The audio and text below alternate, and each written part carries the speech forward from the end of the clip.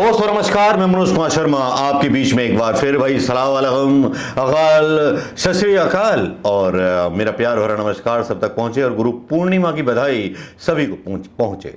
और उन गुरुओं का आज नाम लेकर के आज की बात आगे करना चाहूँगा, क्योंकि जो बात है वो आग लगा देने वाली बात सरकार ने शुरू की है।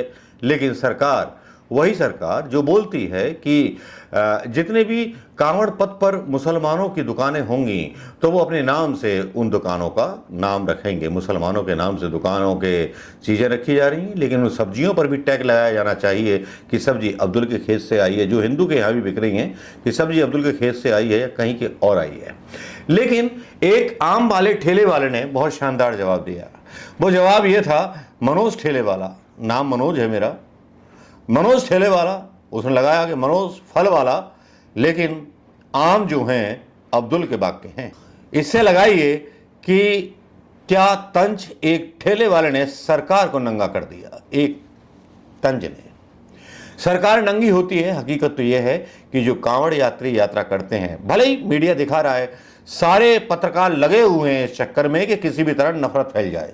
बार बार माइक मुंह में डाल करके सवाल पूछा जा रहा है कि भैया ये नाम बदल दिए, वो नाम बदल दिए, बताइए।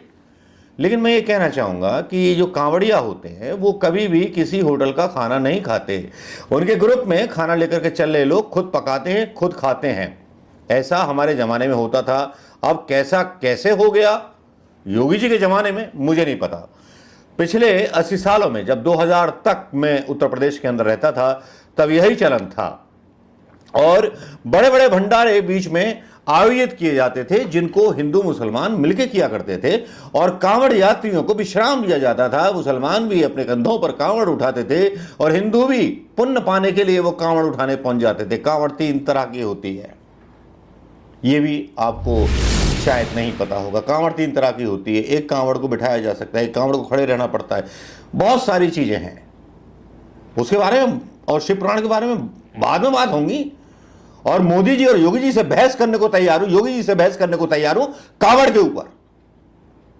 चलो ये आरोप लगाए जा सकते हैं मुसलमानों पर कि भैया लहसुन खिला देंगे, थूक डाल के खाना खिला देंगे, प्याज खिला देंगे। तो मुझे यह बताइए, जो कांवड़ यात्री चल रहे हैं क्या सार्वजनिक जीवन में प्याज लहसुन का इस्तेमाल नहीं करते? तो कांवड़ पर जात भी लिखी जानी चाहिए और उन कांवड़ियों को रोजगार भी दिया जाना चाहिए योगी जी के द्वारा। मूल प्रश्न यह है। लेकिन इसी कांवड़ यात्रा के बीच में एक ऐसी खबर आती है, वैसे तो दलित लोग आरोप लगाते रहते हैं, भीम आर्मी के लोग हों या कोई भी लोग हों, वो ब्राह्मणों को बड़ा अछूत मानते हैं। एक बहन जी थी मायावती जिन्होंने ब्राह्मणों को थोड़ा बहुत सम्मान दिया और ब्राह्मणों के साथ मिलकर के मायावती जी ने सरकार बनाई, सीएम बनी, टिकट बंटवारा और एक सोशल इंजीनियरिंग की थी उन्होंने। लेकिन आज उसी परिदृश्य में बात कहना चाहूँगा कि जिस तरह की चीज़ें चल रही है कि ब्राह्मण जो है दलित विरोधी होता है, ये होता है। अरे भैया, ब्राह्मण तो खुद वक्त का मारा और वक्त का सताया हुआ है। वो तो राजाओं का या चारण होता था या भाट होता था या फिर कविताएं लिखता था केवल इनाम पाने के लिए, अपने परिवार को पालने के लिए। ब्राह्मण तो केवल पूजा पाठ करने का जरिया था, कथा करने जाता था, जो दक्षिणा मिलती बस उसी में अपने बच्चों को पालता था। दौर आया नौकरियों का, आधुनिक दौर आया, लेकिन नौकरियों में भी आरक्षण दलितों को दे दिया गया। ब्राह्मण को क्या मिला? बाबा जी का ठुल्लू। मैं उन दलित चिंतकों से भी पूछना चाहूंगा कि आपकी नजरों में अंबेडकर का अगर संविधान और अंबेडकर की जय बोलते हैं तो अंबेडकर ने क्या समानता का अधिकार और ये रिजर्वेशन केवल 60 साल के लिए नहीं दिया था? इस पर बात क्यों नहीं होती? एक दलित के सर पर मूता जाता है तो बड़ी चर्चाएं और बड़े वीडियो वायरल होने लगते हैं। हम भी साथ देते हैं दलितों का, हम भी खड़े हो जाते हैं। जो गलत है वो गलत है, जो संविधान के खिलाफ है वो खिलाफ है।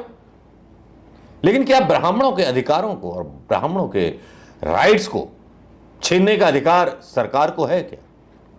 मोहन भागवत सरकार को है क्या? सवाल जरूरी भी है और पूछना भी जरूरी है, तंज भी जरूरी है और उस वीडियो के बारे में बात करना भी जरूरी है। जो वीडियो वायरल हो रहा है, जो कई सारे सवाल उस मध्य प्रदेश पर उठा रहा है जिसने 29 की 29 सीटें बीजेपी को दी है, महिला सुरक्षा के नाम पर या जो भी मोदी जी का कानून है उनके नाम पर। यहां रीवा में ब्राह्मण महिलाओं को आधा गाड़ दिया जाता है।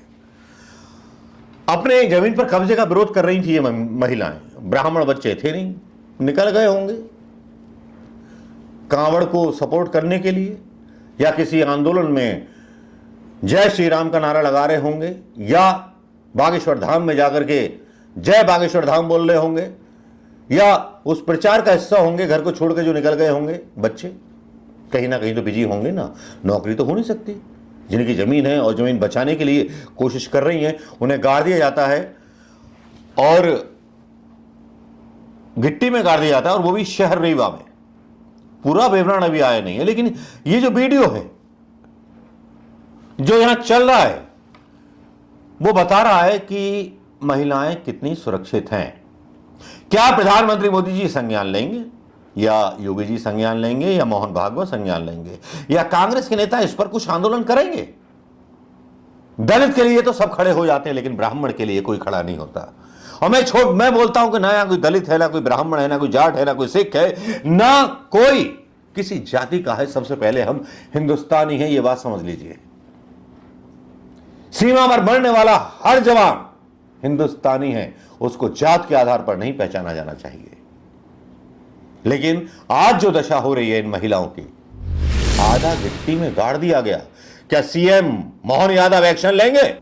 सवाल तो पूछे जाते हैं, और सवाल क्यों ना पूछे जाएं। प्रधानमंत्री मोदी जी शहीद सैनिकों के घर कितनी बार गए?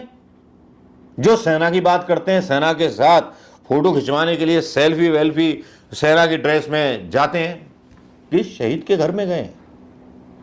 इनको कोई लेना देना नहीं है, बस सत्ता से प्यार है। लेकिन जब ब्राह्मण महिलाओं को आधा गाड़ दिया जाता है गिट्टी भरी सरकार में, तो सवाल उठते हैं। सवाल पूछे जाने चाहिए, और जोरदार ढंग से पूछे जाने चाहिए। और जाति का सवाल और धर्म का सवाल है तो सवाल करने भी चाहिए। जब दलित की बात हो सकती है तो ब्राह्मण की बात क्यों नहीं हो सकती है? सबसे ज्यादा अल्पसंख्यक ब्राह्मण है, मैं कई बार बोल चुका हूं। लेकिन ब्राह्मण को कभी भी ना तो आर्थिक आधार पर, ना जाति के आधार पर कभी भी ना तो संरक्षण मिला, ना आरक्षण मिला। जिनकी वोट संख्या ज्यादा थी, आरक्षण भी उनको मिला, सम्मान भी उनको मिला, और संविधान में उनके लिए एक जगह निश्चित कर दी गई। तो मैं योगी मोदी से एक बात कहना चाहूंगा, वो फरमान जारी करे कि सारे ब्राह्मण इस देश को छोड़ के चले जाएं। मोहन भागवत जी बोले कि इस देश को छोड़ के ब्राह्मण को चले जाना चाहिए। जो हालत इस देश की हो रखी है बेरोजगारी पर, जो कांवड़ यात्री निकलता है उस पर चैनल के लोग मुंह ठूस करके पूछते हैं, आपने देखा होगा कि नाम बदल गए, इससे क्या फर्क पड़ता है? तो कुछ आ जाते हैं बीजेपी सपोर्टर लोग, बोलते हैं कि नहीं वो लहसुन प्याज खिला देते थे। अरे भैया, लहसुन प्याज कहाँ से खिला दें? आपको तो भंडारे रास्ते में खुले हुए हैं। मुजफ्फरनगर से लेकर बिजनौर, नगीना, नजीबाबाद, हर जगह भंडारे हैं। और हिंदू मुसलमान और हिंदू संगठन उन भंडारों को आयोजित करते हैं। रेस्ट मिलता है कांवरियों को रेस्ट करने के लिए स्थानीय लोग कांवर अपने कंधे पे रख लेते हैं। ये मीडिया क्यों नहीं दिखा रहा? ये अजीत अंजुम क्यों नहीं दिखा रहा? या कोई व्यक्ति क्यों नहीं दिखा रहा?